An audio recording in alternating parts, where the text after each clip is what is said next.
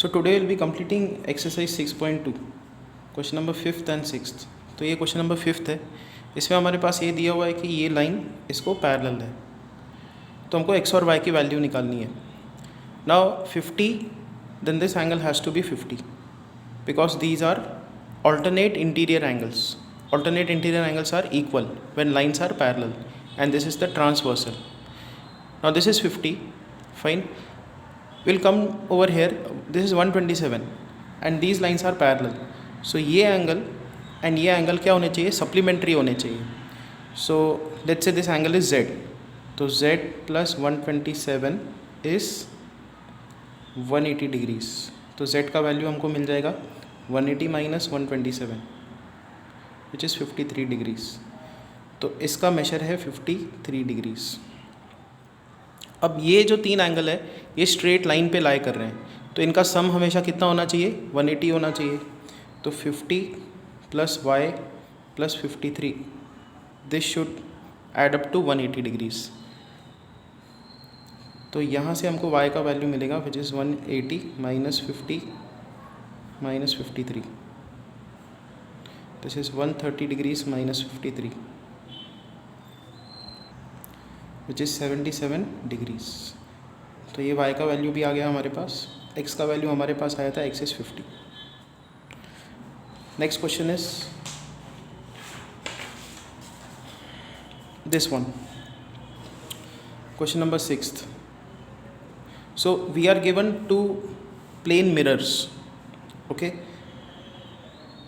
यहाँ पे क्या हो रहा है कि we have an incident ray AB, it gets reflected BC. Again this is incident ray on this mirror and it gets reflected as CD. We have to prove in this geometrical diagram that AB is parallel to CD. तो इसमें हमको एक construction करनी पड़ेगी। यहाँ पे हम लोग क्या करेंगे, B से आपको एक परपेंडिकुलर ड्रॉ करनी है।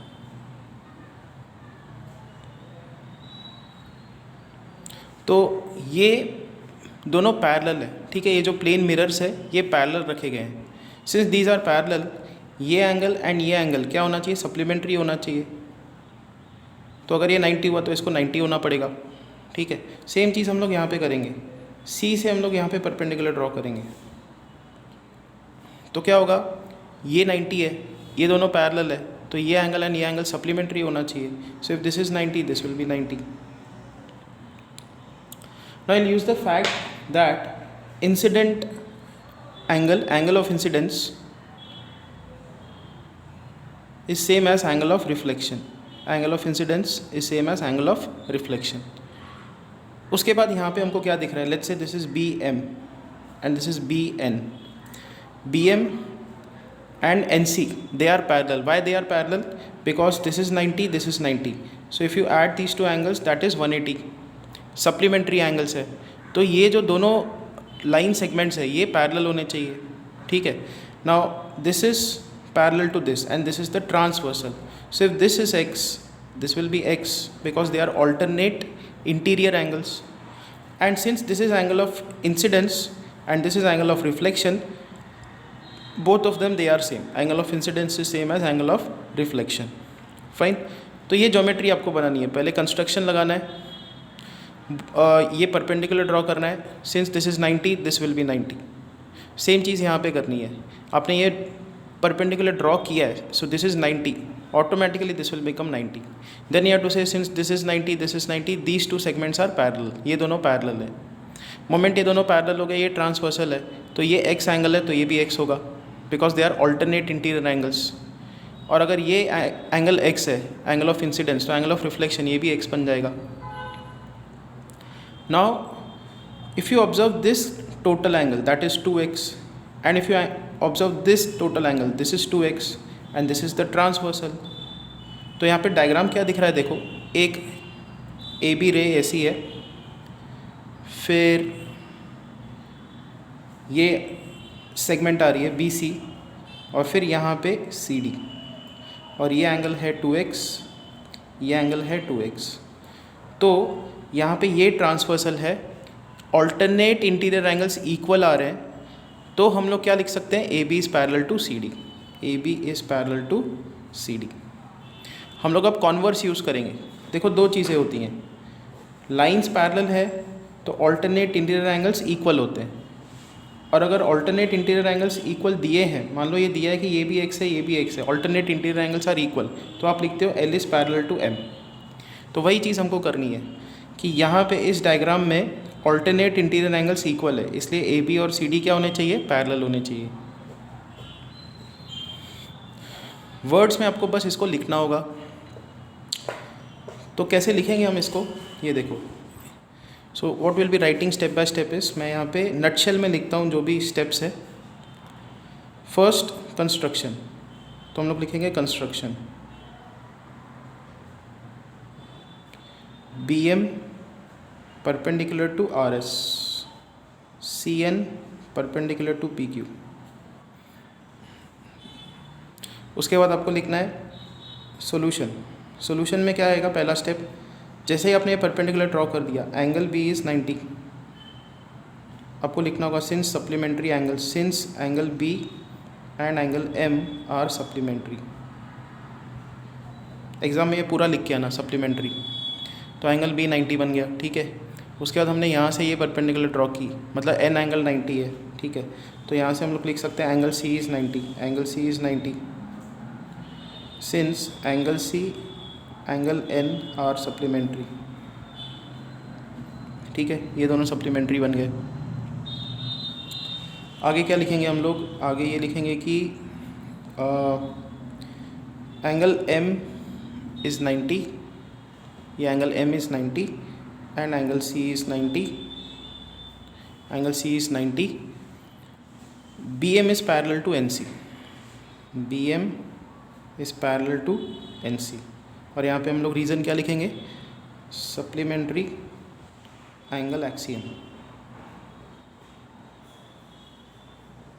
या थ्योरम लिखोगे तो ज़्यादा बेटर रहेगा, सप्लीमेंट्री एंगल थ्योरम, कि अगर दो एंगल्स सप्लीमेंट्री है, ये ट्रांसवर्सल है तो ये पैरेलल होने चाहिए, तो वही हमने लिख दिया, ठीक है। फिर हम लोग लिखेंगे, अभी तक हम लोग यहाँ तक पहुँच गए, ये दोनों पैरेलल। अब हमको ये लिखना है कि ये x है तो ये x होगा। ये भी लिखना है हमको कि एंगल, मैं एक काम करता हूँ, यहाँ पे फिर से ये डायग्राम बना देता हूँ। तो ये डायग्राम है ऐसे, P Q and here it is R S.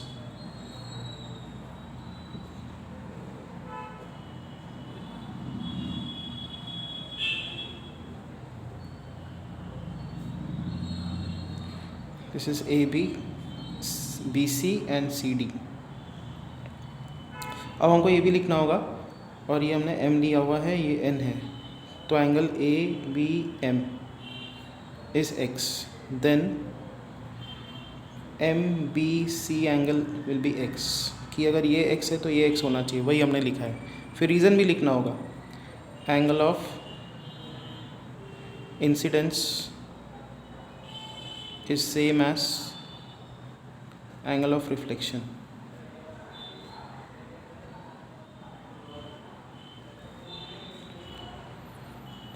Same चीज़ फिर हमको यहाँ पे लिखनी होगी, angle B C N, angle B C N is x, तो ये एंगल x ऐसे लिखना होगा। क्यों एंगल ये x है, alternate interior angles are equal, alternate interior angles are equal, ये रीज़न लिखना होगा ब्रैकेट में। और ये भी लिखना होगा since B M is parallel to N C, B M is parallel to N C, इसकी वजह से हम इसको लिख पा रहे हैं। तो ये दोनों चीज़ें लिखनी होगी हमको। हम लोग यहाँ तक पहुँच गए। फिर हम लोग लिखेंगे, ये एंगल x हो गया, अब हम लोग इसको x बनाएंगे। So angle N C D is equal to x, angle of incidence, angle of incidence is same as angle of reflection, actually ये सब मुझे लिखना भी नहीं चाहिए, आपको आइडिया क्लियर ही है, तो ये सब अपने वर्ड्स में आप लिख ही सकते हो, ये अननेसेसरी टाइम वेस्ट है। तो आगे के सम्स में ऐसे नहीं करूँगा, बता दूंगा कि वर्किंग लॉजिक क्या है, आप अपने सेंटेंसेस में उसको बिल्ड एनीवेज कर ही सकते हो। नेक्स्ट हम लोग लिखेंगे angle A B C is 2x, angle B C D is 2x, ये 2x है, ये 2x है, and B C is transversal, BC is transversal, therefore we'll say AB is parallel to CD। ये दोनों equal है तो AB CD को parallel होना चाहिए। Reason is alternate angle theorem, बस आपको लिखते जाना है, ऑल्टरनेट एंगल है, ऑल्टरनेट एंगल थ्योरम लगा दो, this is the solution. Next हमको अब स्टडी करना है, प्रूव करना है angle sum property of a triangle, कि ट्रायंगल में तीनों एंगल्स का जो सम है वो होता है 180। तो ये ट्रायंगल हमने कंसीडर कर दिया, ठीक है। So let's say this angle is x, this angle is y and this angle is z। तो हम लोग क्या करेंगे, ये z के थ्रू एक लाइन बनाएंगे which is parallel to BC, BC को पैरेलल हमने लाइन बना दी, ठीक है। Now this is transversal, this is angle x, तो this has to be x because they are alternate interior angles। Similarly this angle is y, this has to be y because they are alternate interior angles।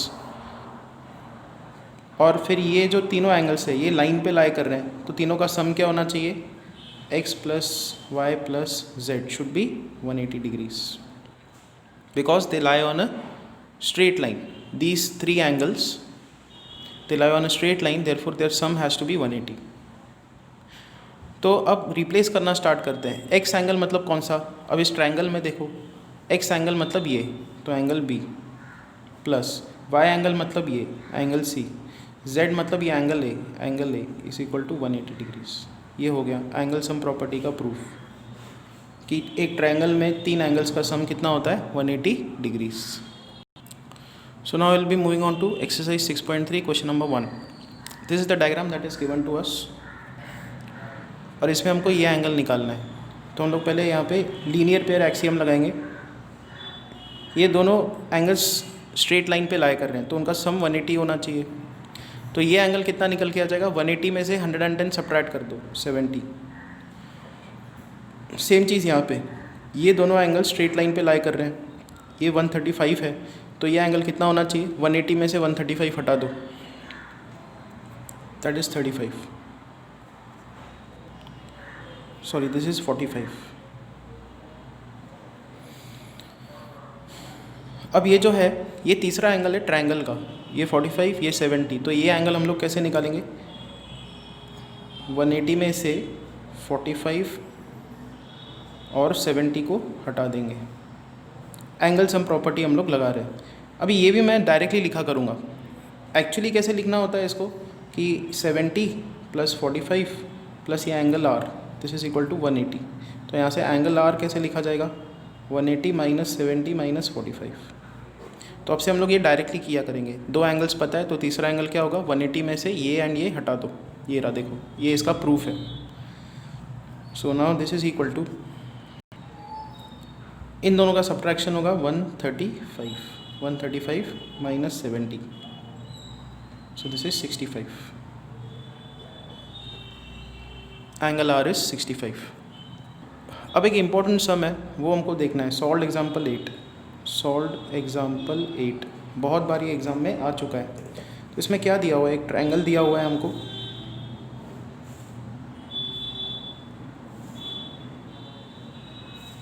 Okay, this is BAC। उसके बाद यहाँ पे angle bisectors draw किए गए हैं, तो इस angle का एंगल बाइसेक्टर, इसका भी angle bisector, they meet at O।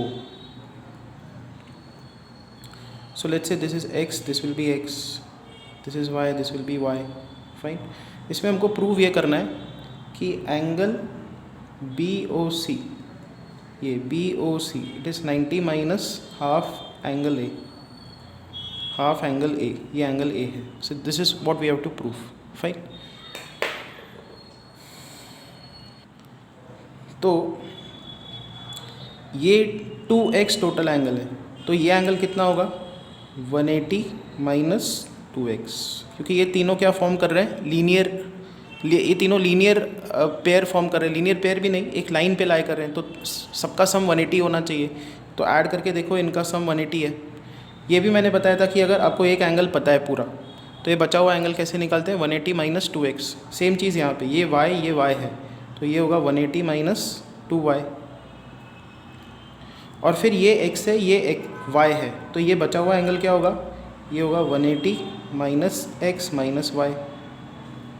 तो बड़ा ही सिंपल है, स्ट्रेट लाइन पे एंगल्स लाई कर रहे हैं तो उनका सम 180 होना चाहिए, वो कंसेप्ट हमने यूज़ किया। यहाँ पे एक ट्रायंगल में एक एंगल x है एक y है, तो तीसरा एंगल हमने निकाल दिया, 180 में से x और y को हटा दो, ठीक है। Now what will be this angle a, ये 180 माइनस 2x, ये 180 माइनस 2y, तो एंगल सम प्रॉपर्टी लगा देते हैं, angle a plus 180 minus 2x plus 180 minus 2y, ये होना चाहिए 180, एंगल सम प्रॉपर्टी। तो ये 180 कैंसिल आउट हो गया, तो यहाँ पे आएगा angle A is equal to angle A, फिर यहाँ पे प्लस 180 है, ठीक है, इज़ इक्वल टू, ये 2x नेगेटिव है 2y नेगेटिव है, इनको राइट साइड पे शिफ्ट करेंगे, तो यहाँ पे आएगा 2x plus 2y। Left hand side पे देखो चार टर्म्स है, ये एंड ये, तो ये दोनों नेगेटिव टर्म्स को हमने राइट साइड पे शिफ्ट कर दिया, लेफ्ट साइड पे एंगल A प्लस 180 ये आएगा, ठीक है। So now we have angle A plus 180 is equal to x plus Y by 2 से हम लोग डिवाइड कर देंगे। तो यहाँ तक हमारे पास एक रिलेशन आ गई। अब BOC को ऑब्जर्व करो, angle BOC it is 180 minus X minus Y, तो ये नेगेटिव टर्म्स को लेफ्ट साइड पे शिफ्ट करेंगे, x प्लस वाई क्या आएगा 180 माइनस एंगल BOC, ये देखो x प्लस वाई, यहाँ पे हमने x प्लस वाई की वैल्यू निकाल दी, तो now we have angle A plus 180 by 2 is equal to x plus Y is 180 minus angle BOC। So angle A by 2 plus 90 is equal to 180 minus angle BOC.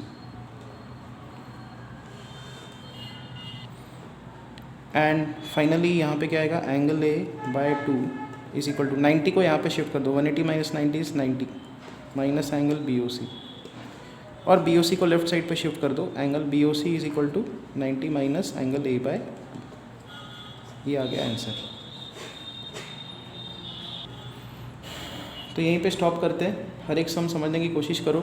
देखो इसको मैं फिर से रिवाइज कर देता हूँ, ये पूरा डायग्राम दिया हुआ था, ये एंगल बाइसेक्टर है, तो ये x होगा, ये y होगा। अब इस ट्रायंगल में आएंगे, ये x है ये y है, तो ये 180 माइनस एक्स माइनस वाई होगा। ये एंगल निकालने के लिए 180 में से x और y को हटा दो। अब ये टोटल 2x है, तो ये बचा हुआ एंगल क्या होगा 180 माइनस 2x, ये टोटल 2y है, तो ये 180 माइनस 2y। फिर से मैं इसके जो इक्वेशन है वो लिखना स्टार्ट करता हूँ, थोड़ा फास्ट इसको समझने की कोशिश करेंगे हम लोग। तो ये डायग्राम आ जाने के बाद आप क्या करोगे, यहाँ पे ये एंगल A, ये एंड ये, इसका सम 180 होना चाहिए, तो मैं डायरेक्टली लिखता हूँ यहाँ पे angle A plus 180 minus 2x plus 180 minus 2y is equal to 180। 180 will cancel out, so will get angle A plus 180 is equal to 2 times x plus Y. यहाँ तक आने के बाद अब इस ट्रायंगल में आपको आना है, इसमें BOC का हमने मेजर निकाला, तो एंगल BOC क्या निकल के आ गया, BOC it is 180 minus X minus Y. तो हम लोग क्या करेंगे, यहाँ पे x प्लस वाई रिप्लेस करना है, x y यहाँ पे शिफ्ट कर दो, ये वाले दोनों नेगेटिव टर्म से लेफ्ट साइड पे शिफ्ट कर दिए, this is 180 minus angle BOC। तो ये एक रिलेशन आ गई हमारे पास, ये एक रिलेशन है, तो हम लोग x और y को एलिमिनेट कर सकते हैं। तो angle A plus 180 is equal to 2 times x plus Y is 180 minus angle BOC। तो हम लोग क्या करेंगे, 2 से डिवाइड कर देंगे, तो angle A by 2 plus 90 is equal to 180 minus angle BOC, ये आ जाएगा। फिर angle A by 2 is equal to 90 minus angle BOC आ जाएगा, ये 90 हम लोग राइट साइड पे शिफ्ट कर देंगे, 180 माइनस 90 इज़ 90, एंड फाइनली यहाँ से एंगल BOC निकल के आ जाएगा 90 minus angle A by 2। Again practice these questions. After understanding them properly, again practice them.